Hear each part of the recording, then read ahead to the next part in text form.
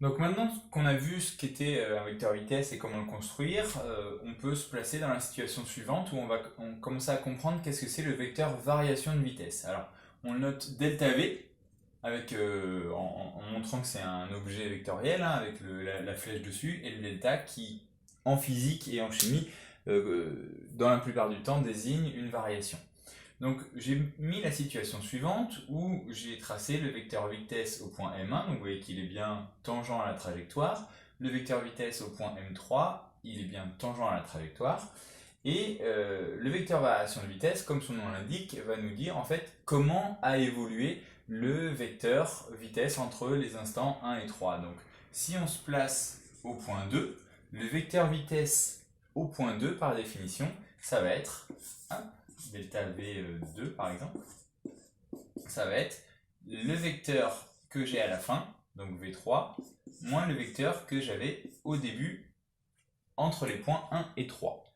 Donc si je veux tracer ce vecteur, alors je vais prendre une autre couleur, si je veux tracer ce vecteur, donc je pars du point M2 et je vais tracer le vecteur V3 moins V1. Donc les sommes vectorielles, j'espère qu'il n'y a pas de, il y a plus de secret pour vous, sinon, sinon on fera un point ensemble, hein, on en a fait un en classe pour ceux qui étaient présents.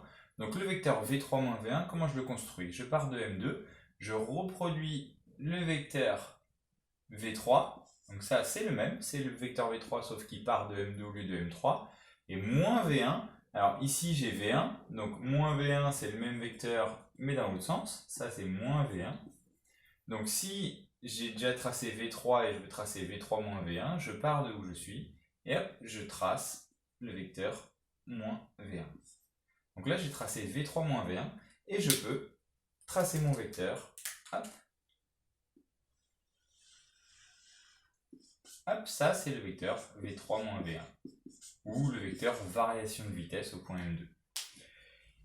Et donc qu'est-ce que ça veut dire? Ça veut dire que entre les points 1 et 3, la vitesse en direction et en sens, globalement, elle a varié dans ce sens, dans cette direction et de cette valeur. Donc plus elle aura varié et plus la norme du vecteur V3-V1 sera importante.